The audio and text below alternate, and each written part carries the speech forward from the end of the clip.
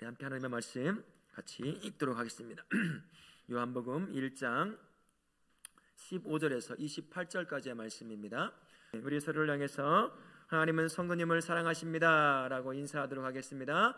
하나님은 성도님을 사랑하십니다. 아멘. 오래전에 출간되었던 월간 조선에 나온 글이더라고요. 찾다 보니까 나와서 한번 읽어봤는데 제목이 이렇습니다. 2인자가 되는 법, 2인자가 사는 법이라는 제목의 글이 올라와 있더라고요. 그 글 중에 이제 소크라테스를 소개하더라고요. 저는 소크라테스를 성자, 위대한 사상가 정도로 알고 있었는데 평생 2인자로 살았던 사람이 소크라테스였다는 겁니다. 소크라테스는 가난한 사람이었어요. 지위도 없었습니다. 그러다 보니까 시간이 많이 남는 거예요. 사람들과 계속 대화와 그 과정을 통해서 지식을 얻고 지식을 나눠주는 그런 삶을 살 수 있었습니다. 나머지 시간은 사유하는 시간을 계속 갖게 되는 거죠. 어느 때든 사람들과 대화하면서 자신의 무지함을 그대로 드러내놓고 그들이 가지고 있는 지식을 얻고 지혜를 얻어 자신의 부족한 면들을 계속 채워갔던 사람, 그 사람이 바로 소크라테스라고 그러네요. 뒤에서는 자신이 가지고 있던 무지함을 해결하기 위해서 계속해서 자신을 갈고 닦았던 사람, 그 사람이 바로 2인자였던 소크라테스라고 할 수 있습니다. 만약 소크라테스가 스스로 1인자가 되려고 했다고 한다면 아마 잘난 사람들 때문에 항상 열등감에 빠져 있었을 거예요. 그리고 막 그 잘난 사람들을 비판하느라고 길거리에 그저 그런 사상가 정도로만 끝나버렸을 것입니다만, 그 당시 주류 사회에서는 2인자처럼 여겨졌지만 후세대에서는 그를 누구라고 보죠? 성자라고 봅니다. 위대한 1인자 사상가로 여기고 있다는 거죠. 2인자 인생을 살았던 소크라테스가 가지고 있던 두 가지 특징이 이렇더라고요. 언제나 겸손했다는 겁니다. 나는 자신은 부족하다. 그래서 누군가 어떤 자기가 봐도 무식한 사람과 대화를 해도 그 안에서 얻을 수 있는 지혜와 지식이 있다는 것을 이해하고 그와 대화 가운데 또 다른 지식을 얻으려고 했던 사람, 그래서 자신의 부족함을 항상 인정하고 받아들이고 채우고 갈고 닦으려고 했던 사람이 바로 2인자의 독특한 소크라테스의 특징이었다라는 것입니다. 2인자의 인생을 살았지만요, 그는 결국 모든 사람이 인정하는 1인자 사상가가 되었습니다. 성자의 반열까지 올라간 사람이라 할 수 있는 거죠. 성경에도 2인자, 이 대단한 2인자와 같은 사람들이 참 많이 등장합니다. 제가 좋아하는 2인자 중에 한 명이 바로 갈렙이라고 하는 사람인데요, 갈렙은 모세의 2인자였습니다. 아주 충성스러운 2인자였어요. 순종하는 사람이었습니다. 모세 앞에서 자신을 절대로 드러내지 않는 사람, 모세의 자리를 탐하지 않는 그런 삶을 살았던 사람이 바로 갈렙이라고 하는 사람이었습니다. 여러분, 요나단 아시죠?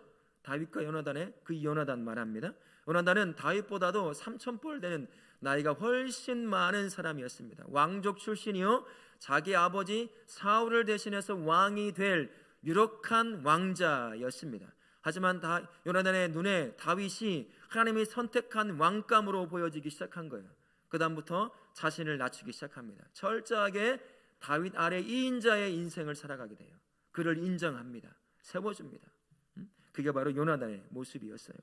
여러분, 바나바 아십니까? 신약에 나오는 바나바. 바나바를 두고 사도행전 11장 24절에 이렇게 바나바를 설명하고 있어요. 착한 사람이요 성령과 믿음이 충만한 사람이라 이에 큰 무리가 주께 더하여지더라. 바나바라고 하는 사람은 교회 공동체 안에서뿐만 아니라 교회 밖에서도 참 인정받고 존경받는 사람이었습니다. 그 사람을 바라보면 그 삶의 모습에서 예수 그리스도를 바라볼 수 있었던 거예요. 발견할 수 있었던 거예요. 그래서 그 바나바라고 하는 한 사람 때문에 수많은 사람들이 예수님을 발견하고 교회 공동체 안에 와서 신앙생활을 하는 사람으로 그렇게 세워지게 됩니다. 착한 사람일 뿐만 아니라 성령과 믿음이 충만한 사람, 그 사람이 바로 바나바였습니다. 그러나 자신과 같은 믿는 사람을 잡아 죽이려고 했던 그 사람 사울, 즉 바울이라고 하는 사람을 세우기 위해서 자신을 철저히 낮추는 걸 보게 돼요. 아무도 믿지 않는 그 바울을 계속해서 낮아져서 그를 세웁니다. 그리고 그를 위대한 복음 전도자로 세우고 자신은 성경 역사에서 이름도 없이 싹 사라져버려요. 그게 바로 바나바, 2인자의 모습이었습니다. 이 사람들이 보이는 특징은 아주 똑같아요. 거의 비슷하다고 할 수 있습니다. 하나님을 가장 높은 자리에 항상 올려놓고요, 자신을 항상 내려놓는다는 거예요. 의도적으로 스스로 가장 낮은 자리로 내려온다는 것입니다. 그리고 자신에게 맡겨진 자리 철저하게 순종하며 나아가는 사람이었어요. 1인자의 다리를 절대로 탐하지 않는 사람들이었습니다. 이름도 없이 빛도 없이 자기가 세워진 2인자의 자리에서 철저하게 순종하고 숨기고 그렇게 살아갔던 사람이 바로 성경에 나오는, 아니 뭐 성경뿐이겠어요? 세상이 인정하는 2인자도 똑같은 모습을 가지고 있다고 할 수 있습니다. 자신 앞에 세워진 1인자를 높여줌으로 말미암아 그를 세우신 하나님께 영광을 올려드리는 사람, 그게 바로 성경의 2인자들이었다는 겁니다. 1인자 앞에서 자신을 절대로 드러내지 않고요, 1인자의 자리를 절대로 탐하지 않았던 사람, 그 사람들이 성경이 말하고 있는 위대한 2인자들이라고 할 수 있을 것입니다. 이런 2인자들 중에서 가장 눈에 띄고 극적인 인물을 찾으라 하면 저는 세례 요한을 찾을 것 같아요. 왜 그런지 아세요? 메시아이고 하나님이신 예수님과 동시대 사람이었습니다. 6개월 먼저 태어났어요. 예수님과 피도, 육신적인 피도 함께 나눈 사람이었습니다. 대단한 거 아니겠어요? 우리 이 다울학교에서 전주시장이 한 명 나왔다고 생각해 보세요. 여러분 어깨 뽕이 얼마나 올라가겠어요? 야, 우리 교회에서 전주시장에 왔어, 무슨 소리를 하고 있어 지금, 이런 말을 한다는 거예요. 우리 교회 대통령 나왔다고 생각해 보세요. 1년 내 여기에다가 누구 대통령 써놓을 걸 아마 붙여놓을걸요. 어깨는 막 이렇게 올라가 있어가지고 내려올 생각을 안 하고. 바로 그런 거거든요. 세례 요한이 예수님과 동시대 사람이었습니다. 그리고 함께 사역을 했던 사람, 대단한 사람이라는 거죠. 모든 2인자들 중에서 가장 행복한 사람이 아마 세례 요한이 아니었을까 싶어요. 또 한 가지는 많은 유대인들이 세례 요한을 딱 보고서 메시아가 아닌가 하고 생각할 정도였습니다. 누가복음 3장 15절에 어떤 말이 세례 요한을 어떻게 설명하고 있냐면, 사람들이 혹 그리스도신가 심중에 생각하니, 세례 요한을 딱 바라보니까 자신들이 바라보고 있던, 기대하고 있던 메시아가 아닌가 하는 생각이 들 정도의 삶을 살았던 사람이었다라는 것입니다. 예수님과 견줄 만큼, 메시아인 예수님과 견줄 만큼 그렇게 사람들에게 인정을 함을 받았던 세례 요한, 수많은 사람들이 몰려오고 자신의 제자가 되었습니다. 심지어 헤롯 왕도 함부로 할 수가 없었어요. 이 세례 요한을 존경할 정도였다는 것입니다. 이런 극적인 삶을 살았던 세례 요한의 삶을 통해서 지금 성도로 부름받은 우리가 어떤 모습으로, 어떤 정체성을 가지고 살아가야 할지를 우리에게 가르쳐주고 있습니다. 오늘 말씀의 배경을 한번 살펴보면 이렇습니다. 예수님께서 공생을 시작하기 바로 직전에 세례 요한이 이미 사역을 시작하고 있었어요. 예수께서 오실 그 길을 준비하도록 부름받은, 예언됐던 사람이 이 세례 요한이라고 하는 사람이었습니다. 하늘나라의 복음을 선포하고요, 회개에 대한 세례 복음을 선포하고 있었던 그런 사람이었습니다. 수많은 유대인들이 이 세례 요한 앞에 나오기 시작을 했어요. 마음과 귀와 눈을 이 세례 요한에게 주기 시작했죠. 그 앞에 나와서 회개하고 회개의 세례를 받으며 수많은 사람들이 제자로 세워지기 시작하고 있었습니다. 이런 일이 발생하면 항상 마음이 불편한 무리가 있죠. 누구겠어요? 유대의 종교 지도자들이에요. 자신들이 받아야 될 관심이 또 다른 사람에게 계속 흘러가기 때문이에요.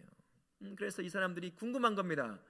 이 사람이 도대체 누구냐? 이 세례 요한이 들려오는 소문에 의하면 메시아가 아닌가 하는 소리도 들려오는데, 선지자라고 하는 말도 들려오는데 도대체 알 수가 없는 거예요. 궁금해서 사람들을 보낸 겁니다. 바리새인들이 사람들을 보내서 질문을 하는 거예요. 오늘 질문에 5번에 걸쳐서 질문과 답이 등장하는데, 첫 번째 질문은 이것입니다. 그냥 단도직입적으로 세례 요한에게 물어봐요. 네가 누구냐? 이렇게 물어봅니다. 이에 대해서 세례 요한이 아주 명확하게 대답해요. 대답하고 있는 세례 요한을 성경은 뭐라고 말하고 있냐면 이렇게 얘기합니다. 제가 한번 읽어볼게요. 드러내어 숨기지 않고 나는 그리스도가 아니라, 주저함도 없을 뿐만 아니라 자신이 모든 유대 민족에게 관심을 받고 있어서 그리스도가 아닌가, 선지자가 아닌가, 엘리야가 아닌가 라고 하는 그런 말을 들을 정도의 존경심을 받고 있으면 나름 자기를 높이려고 하는 말을 할 수 있을 거예요. 그런데 드러내어 숨기지 않고 나는 그리스도가 아니다, 너희가 듣고 싶어하는 말을 해줄 수 있는 사람이 아니다 라고 정확하게 대답을 한다라는 것입니다. 두 번째와 세 번째 질문은 거의 비슷한데요, 이렇게 물어봅니다. 그럼 누구냐? 내가 엘리야냐? 아니라고 말하니까 또 그러면 내가 그 선지자냐? 여기서 그 선지자는 누군지 정확히 모르겠어요. 하지만 이 당시 유대인들이 존경하고 있는 그런 선지자가 아니었을까 싶습니다. 그러자 그가 대답하잖아요.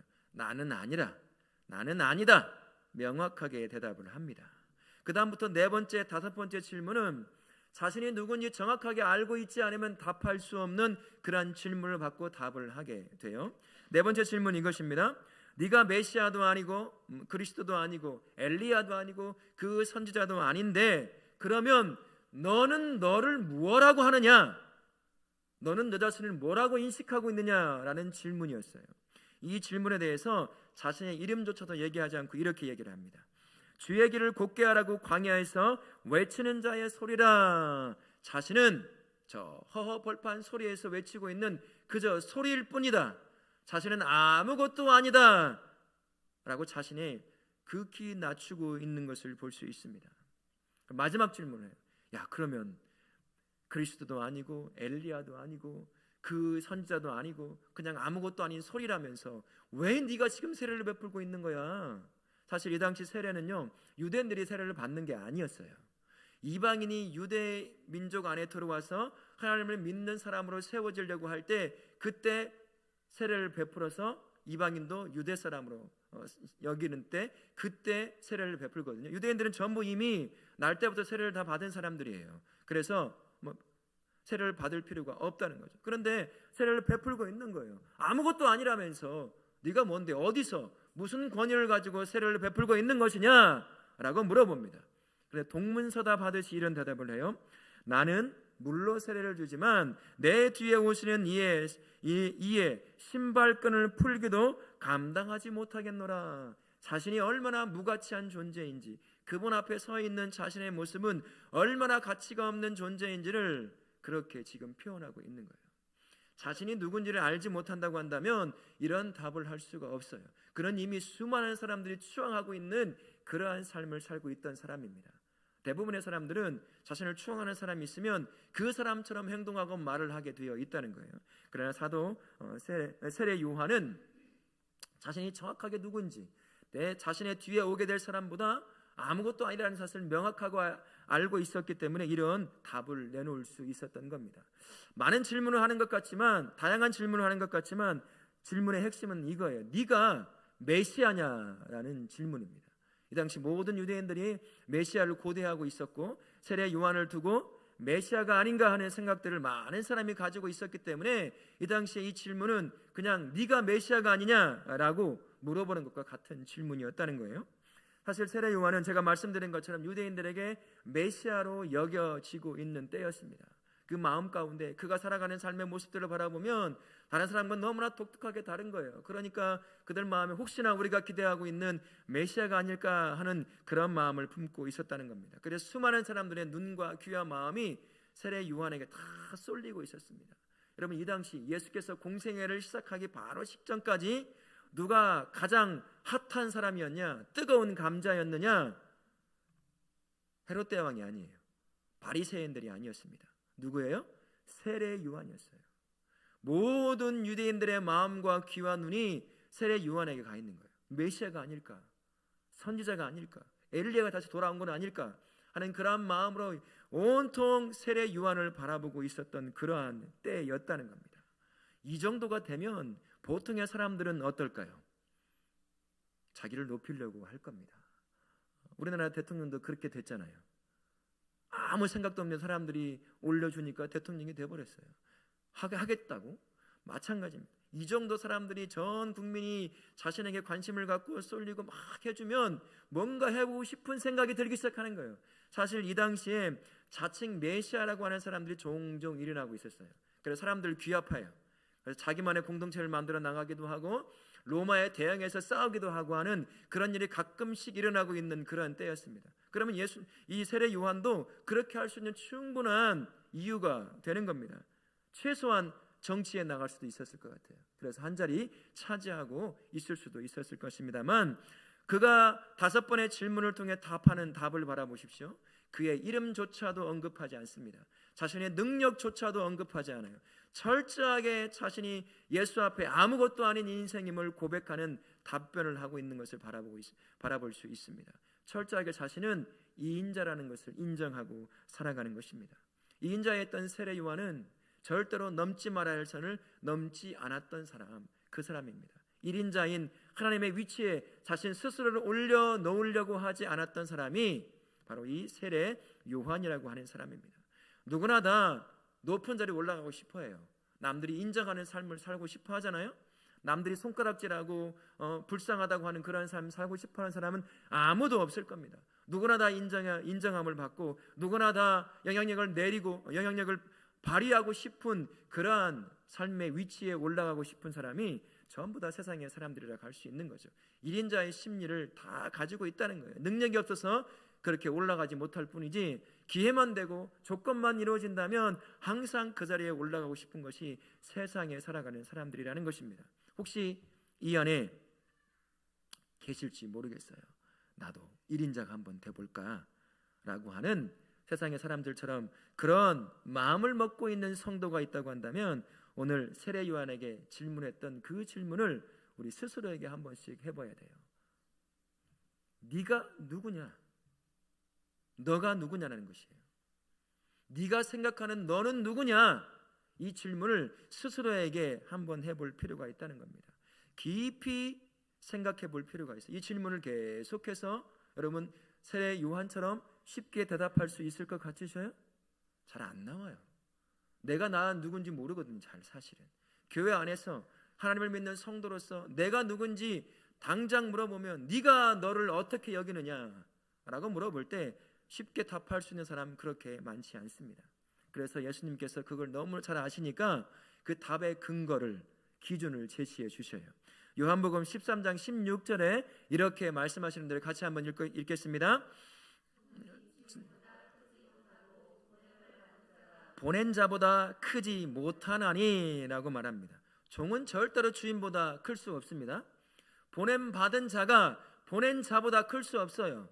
보냄받은 자는 보낸 자 밑에 있는 사람이라는 의미잖아요. 물론 예수 그리스도를 의미하는 것이기도 하지만 아무리 크다고 해도 종이 주인보다 클 수가 없습니다.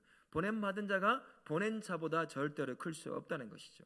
이것을 교회에 적용해 보면 이런 겁니다. 성도는 교회의 주인 예수님보다 절대로 클 수 없다라는 것입니다. 모든 능력을 한번 비교해 보십시오. 살아계신 하나님이신 예수님의 능력과 우리의 능력을 비교할 수 있나요? 절대로 넘을 수가 없다는 것입니다. 우리 예수님은 살아계신 하나님이심과 동시에 창조주이십니다. 그리고 우리는 그분의 형상을 쫓아 만들어진 피조물입니다. 창조주와 피조물 사이에는 죽는다고 해도 넘을 수 없는 경계가 놓여 있는 거예요. 하지만 그 옛날 이 경계를 넘어보려고 했던 사람들이 있었어요. 우리의 조상인 아담과 하와라고 하는 사람들이었습니다. 사단에게 속아서 동산 중앙에 있는 나무에 과일을 따먹지 말라고 하는 그 말을 어기고 네가 이것을 먹으면 눈이 밝아져서 하나님처럼 될 것이다 라는 그 말에 속아서 그 동산 중앙에 있는 열매를 따먹잖아요. 이것은 1인자이신 하나님의 위치에 스스로 올라가 보려고 하는 시도예요. 결코 넘어설 수 없는 그 경계를 넘어서서 자신을 1인자의 위치에 올려놓으려고 했던 것이었습니다. 피조물인 2인자가 창조주이신 1인자의 위치에 스스로 올려놓으려고 했던 거죠. 그에 대한 결과가 어떻습니까? 자신을 포함해서 그의 모든 후손들, 저와 우리까지 다 포함해서 모두가 다 그 불순종의 결과인 죄의 고통 아래 여전히 고통을 받고 살고 있는 그 상황을 만들어 버리게 된 겁니다. 얼마 후에 또다시 이런 비슷한 일을 저질러요. 여러분 바벨탑 사건 아시나요? 사람들이 함께 모여가지고요 벽돌을 짓습니다. 그 당시에 벽돌을 만든다는 것은 굉장히 큰 기술이 발달했다는 얘기예요. 그 사람들이 함께 모여서 거대한 바벨탑을 쌓기 시작했습니다. 지금은 전문 용어로는 지구라트라 이렇게 말을 하긴 하는데, 그런 것들을 쌓아서 뭐라고 말하냐면 하늘까지 닿아보자. 무슨 말이에요? 하나님의 위치에 한번 올라가 보자 이 말입니다. 우리가 다시는 흩어짐을 면하자, 그렇게 말을 하고 있는 거예요. 사람이 스스로 1인자의 위치에 올라가 보려고 하는 겁니다. 하나님께서 어떻게 하시죠? 다 흩어버리세요. 언어를 다르게 해서 모두가 함께 모이지 못하게 흩어버리고 바벨탑도 다 무너져 버리게 만듭니다. 사람은 2인자입니다. 결코 성도는 하나님을 뛰어넘을 수도 없고 그 자리에 올라갈 수도 없습니다. 2인자인 우리는 절대로 1인자이신 하나님의 위치에 스스로 올려놓을 수 없다는 사실을 꼭 기억하실 수 있기를 바랍니다. 성도는 그래서요, 성도는 교회의 2인자인 것을 인정하고 예수님이 교회의 1인자라는 사실을 항상 인식하고 있어야 합니다. 왜 그럴까요? 예수님이 교회의 주인 되시기 때문이에요.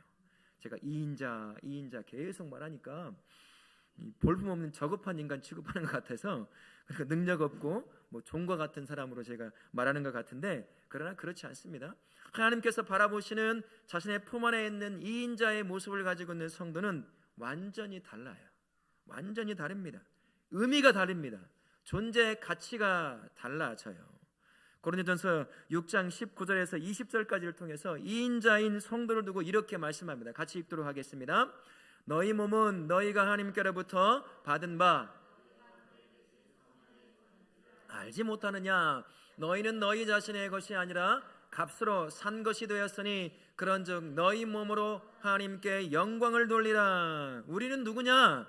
예수 그리스도께서 십자가에서 죽으며 흘리셨던 핏값으로 산 가장 존귀한 존재다라는 것입니다. 이제는 죽음의, 사단의, 죄에 소속된 자가 아니라 영원한 생명이신 하나님께 소속된 자, 하나님의 것이다 라고 말씀해 주고 있는 겁니다.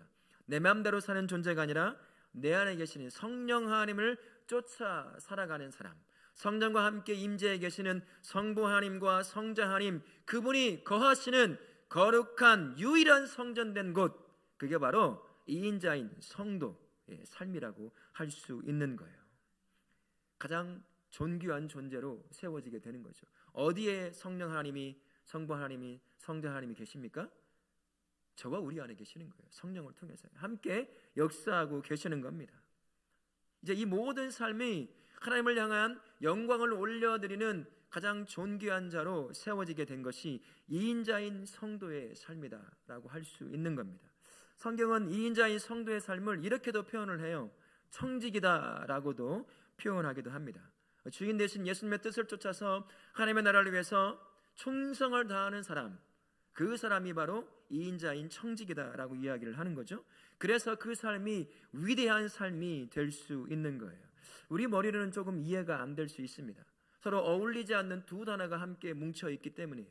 위대함이라고 하는 형용사 다음에 나오게 될 명사는 어떤 단어가 가장 어울리겠어요? 위대한 1인자가 가장 어울려요. 위대한 3인자 나오나요? 있어요? 위대한 2인자 말하지 않아요. 위대한 다음에 뭐가 나와요? 1인자가 나오게 되어 있어요. 근데 여러분, 지난주에 한번 말씀을 나눴던 것처럼 하나님의 나라와 교회는 참 이상한 나라예요.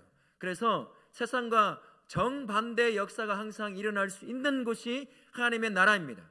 전혀 어울리지 않는 두 단어가 딱 만나서 어울릴 수 있는 유일한 곳, 그곳이 바로 교회라고 하는 곳이에요. 그게 바로 하나님의 나라라고 하는 곳입니다. 그래서 어울리지 않는 두 단어이지만 위대한 2인자, 그게 어울리는 단어가 되는 거예요. 이곳이 바로 하나님이 통치하는 곳이기 때문인 것입니다. 그러면 왜 2인자인 청지기의 삶이 위대한 삶을 사는 것이라고 말할 수 있을까요? 청지기에게는 특별한 특권, 권세가 주어지기 때문입니다. 우리가 읽진 않았지만 요한복음 1장 12절 말씀에 이렇게 말씀해, 너무나 잘 아는 말씀인데, 영접하는 자 곧 그 이름을 믿는 자들에게는 하나님의 자녀됨의 권세를 주셨으니 라고 말씀합니다. 하나님의 자녀됨의 권세가 2인자인 성도요 청지기에게 주어져 있는 거예요. 이제 2인자지만 누구의 삶을 사는 겁니까? 예수 그리스도의 삶을 사는 존재가 된 겁니다. 한때는 영원한 죄 가운데 살다가 영원한 죽음으로 갈 수밖에 없는 죄인이었지만 이제 하나님의 자녀됨의 권세를 받은 자로서 이제는 존귀하신 예수 그리스도의 삶, 그분의 삶을 살아가는 존재로 저와 우리가 세워지게 된 거예요. 그래서 우리가 위대한 존재가 되는 것입니다. 위대한 2인자가 되는 거예요. 위대한 위인자는 이제 예수 그리스도의 삶을 살면서 예수님이 행하셨던 놀라운 역사를 이룰 뿐만 아니라 그보다도 더 큰 역사도 이룰 수 있는 사람, 그 사람이 한때 죄인이었던 저와 우리 성도라는 사람입니다. 이래서 우리가 위대한 이인자 청지기가 되는 거예요. 일하는 일꾼도 아닙니다. 단순히 종도 아닌 것이죠. 하나님의 아들됨에 자녀됨에 권세를 품은 위대한 청지기가 우리 저와 성도님이라는 사실을 기억하실 수 있길 바라요. 절대로 무능한 존재가 아닙니다. 절대로 무가치한 존재가 아닙니다. 세상은 우리를 무능하고 무가치한 존재로 바라볼 수도 있을 것입니다만, 그러나 우리는 그렇지 않다는 것을 기억하실 수 있기를 바랍니다. 그러니 주어진 삶의 현장에서 우리 어떻게 살아야 돼요? 내가 가진 것 없어요. 남들보다 명품 옷을 못 입고 좋은 차를 못 몰고 좋은 아파트에 못 산다 할지라도 하나님이 나를 바라보시는 것은 무엇입니까? 위대한 이인자 청지기로 우리를 바라보고 계시는 거예요. 그러니 주어진 삶의 현장에서 우리는 어떻게 살아야 돼요? 당당해야 돼요. 어깨를 펴야 하는 것입니다. 어깨 쪼그라들어서 나는 저기도 못 살고 이것도 없는데 그렇게 살아가는 존재가 아니라는 사실을 기억하시고 이 한 주간도 당당하게 살아가실 수 있기를 바랍니다. 그러면 하나님의 자녀됨의 권세를 품은 청지기는 어떻게 사는 것이 그 삶의 모습일까요? 고린도전서 4장 1절과 2절 말씀에서 이렇게 말씀하고 있습니다. 같이 한번 읽겠습니다. 사람이 마땅히 우리를 그리스도의 일꾼이요 그리고 맡은 자들에게 구할 것은 충성이니라 라고 말씀합니다. 청지기는요, 유일하게 영원한 하나님의 나라라는 비밀을 맡은 유일한 특별한 존재예요. 특사와 같은 존재가 바로 성도라는 사실입니다. 천사에게도 이걸 맡길 수가 있었을 거예요.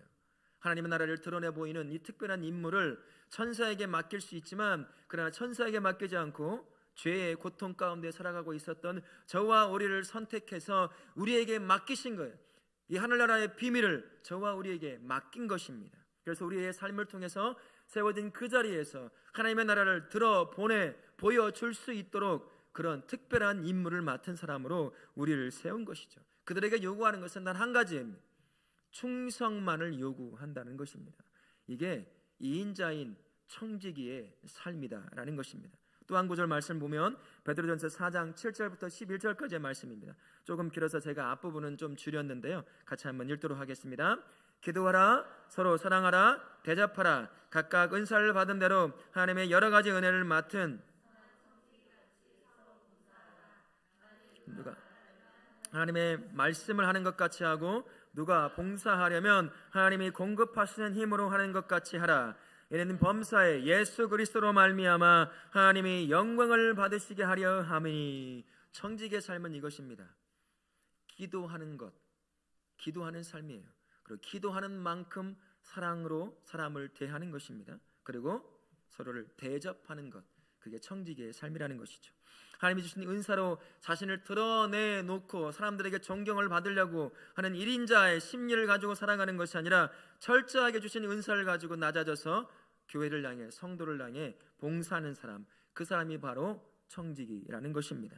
하나님의 마음과 언어를 가지고 다른 사람들의 상처받은 마음을 위로하고 세워줄 수 있는 사람, 그 사람이 바로 위대한 이인자 청지기의 삶이다라고 할 수 있습니다. 이 모든 것보다 중요한 것은 이런 모든 삶이 결국은 하나님의 영광을 위해 살아가는 삶, 그 사람이 바로 위대한 청지기의 삶이다라고 할 수 있는 것입니다. 이렇게 하나님께서 주시는 이 삶의 부름에 합당한 삶을 살아가는 위대한 이인자 청지기의 삶을 살아가는 그들에게 하나님께서 약속하시는 약속의 말씀이 있어요. 잠언 4장 8절 말씀에 이렇게 우리에게 약속하시는데 같이 한번 읽어보도록 하겠습니다. 그를 높이라, 그리하면 그를 품으면 그가 너를 영화롭게 하리라 라고 말씀합니다. 자신을 철저하게 낮추고 1인자이신 하나님을 높이는 자, 누가 높여준다고요? 하나님이 높여주신다고 말씀해요. 그래서 위대한 것입니다. 그래서 위대한 2인자가 될 수 있는 거예요. 자신을 낮추고 1인자이신 하나님을 품을 때 2인자인 청지기는 영화롭게 되게 되는 것입니다. 1인자이신 하나님을 내 마음에, 내 삶에 품고 있으니 그분이 나로 하여금 영화로운 존재로 만들어 가게 된다라는 것입니다. 그래서 하나님을 품고 하나님의 영광을 위해 사는 청지기는요, 비록 2인자의 모습을 갖추고 있지만 위대한 이인자로 불림을 받게 되는 것입니다. 왜 얘기했어요? 이인자이신 하나님이 성도를 세워 올리시기 때문이에요. 영화롭게 만들기 때문에 2인자의 모습을 가지고 있지만 1인자의 인생을 살아갈 수 있는 유일한 사람, 그 사람이 바로 성도가 된다라는 사실입니다. 우리 다락교회 모든 성도님들은 주님 앞에 나는 철저하게 2인자임을 인정하시고 여러분을 철저하게 스스로 낮추실 수 있기를 바랍니다. 낮추면 낮출수록 하나님은 우리를 높이실 것이고 하나님의 영광을 드러내면 드러낼수록 우리를 영화롭게 만들어 가시게 될 것입니다. 그래서 우리의 삶이 진짜로 누구나 인정할 수 있는 위대한 2인자 청지기의 삶으로 우리를 세울 줄 믿습니다. 하나님은 성도님들을 위대한 2인자로 부르셨어요. 하나님께 영광을 올려드리도록 하는 것이 위대한 2인자의 사명이요 삶이라는 것을 기억하십시오. 세상에 바라보면 아무것도 가진 것이 없어서 능력이 없어서 그저 그런 2인자 3인자의 모습을 갖추고 있는지 모르겠습니다만 하나님이 보셨을 때는 전혀 다르다는 사실을 기억하십시오. 주님의 영광을 위해 살아가는 성도의 삶을 하나님은 뭐라고 말씀하시냐면 위대한 2인자 청지기의 삶이라고 인정해 주신다라는 것입니다. 2인자 같지만 1인자의 삶을 살아가는 사람들의 삶의 특징이 있어요. 그 특징 중에 하나가 자신을 철저하게 낮춘다는 것입니다. 자신의 무능함을 인정한다는 거예요. 다른 사람이 이러쿵저러쿵 인정해줘도 자신의 부족함을 철저히 인식하고 그 인식 가운데 자신을 내려놓고 끊임없이 그 부족함을 채우기 위해서 애쓰는 사람들, 그 사람들이 세상에 인정하는 2인자 같은 1인자의 삶을 살아가는 사람입니다. 그 대표적인 사람이 저도 몰랐는데 나폴레옹이라고 하는 사람이더라고요. 우리는 황제로만 알고 있잖아요. 그가 황제에 오르기까지 철저하게 2인자의 마음을 갖고 살았던 사람이었다는 것입니다. 자신의 부족함을 인식하고 끊임없이 누군가의 조언을 듣고 논의하고 토론하고 배우고 그리고 주어진 규칙 안에서 주어진 법 안에서 철저하게 자신의 삶을 이끌어가려고 했던 사람이 나폴레옹이라고 하는 사람이었습니다. 그를 바라봤던 수많은 사람이 이 사람을 1인자로 올려 세우고 싶은 거예요. 그래서 황제의 자리까지 자기가 올라간 것이 아니라 자신을 바라봤던 수많은 사람들이 그를 황제의 자리로 올려놓은 겁니다. 이게 2인자지만 1인자의 삶을 살아가는 모습이거든요. 하지만 사람은 어쩔 수 없나 봐요. 1인자에 딱 올라가니 그때부터 추락하기 시작하는 겁니다. 왜 그랬을까요? 2인자의 마음을 잃어버린 거예요. 그 다음부터 누구의 말도 듣지 않는 겁니다. 권력의 맛을 보면 이제 그 권력을 부리려고 하지 누구의 말을 듣는 사람이 되지 않는다는 거예요. 그래서 큰 나락으로 떨어지기 시작한다는 거죠. 성도의 삶도 이런 측면에서 보면 다르지 않을 수 있습니다. 위대한 2인자인 청지기의 삶은 자신을 낮추고 하나님을 높일 때 얻을 수 있는 존귀한 칭호예요. 자신을 높이는 그 순간 우리의 부르심인 위대한 2인자 청지기의 그 부르심은 한순간에 마치 바벨탑이 무너지는 것처럼 와르르 무너져 버리기 시작합니다. 이 위대한 부르심은 하나님께서 높여질 때, 하나님께서 영광 받으실 때 그때 함께 올라가는 것이 위대한 2인자 청지기라고 하는 부르심이라고 할 수 있는 겁니다. 그런데 자신을 높이고 하나님을 높이지 못한다고 한다면 그 삶은 절대로 허락되지 않는 삶이 되는 것입니다. 성도가 스스로 높아지려고 할 때, 교회의 주인 행세하려고 할 때 그 놀라운 부르심의 삶은 더 이상 존재하지 않는 삶이 되는 거예요. 하나님께서 철저하게 낮춰버리시는 겁니다. 아담을 향해 하와를 향해 그러셨던 것처럼 바벨탑을 쌓아 하나님까지 높아지려고 했던 사람들에게 그렇게 하셨던 것처럼 스스로 높아지려고 하는 모든 사람들을 하나님은 낮추신다라는 것입니다. 하지만 자신을 철저하게 낮추고 하나님을 높이고 영광 올려드리는 사람들은 자신이 원하지 않아도 하나님께서 그를 높이시고 영원하게 만들어 가신다라는 것입니다. 우리 성도님들은 이 부르심을 기억하시고요, 자신을 철저하게 낮추고 하나님만을 높이시고 영광 올려드리는 그러한 성도님들 되실 수 있기를 바랍니다. 하나님의 영광을 위해 사는 위대한 2인자인 청지기의 삶을 두고 고린도후서 6장 9절에서 우리에게 이렇게 위로하는 말씀이 있습니다. 같이 한번 읽겠습니다. 무명한 자 같으나 유명한 자요, 죽은 자 같으나 보라 우리가 살아있고, 징계를 받는 자 같으나 죽임을 당하지 아니하고. 우리는 세상에 보면 무명한 자예요. 이름이 없어요. 하지만 하나님을 보셨을 때는 위대한 2인자 청지기라는 칭호를 얻을 수 있게 되는 것입니다. 어느 때요? 나를 낮추고 우리 하나님만을 높일 때, 그분께 영광을 올려드릴 때 우리는 그 부르심의 원래의 모습인 위대한 이인자 청지기의 모습을 갖출 수 있게 되는 줄 믿습니다. 이 한 주간도 하나님을 높이고 영광 돌리는 위대한 이인자 청지기의 삶을 사시기를 예수님의 이름으로 축원합니다. 아멘.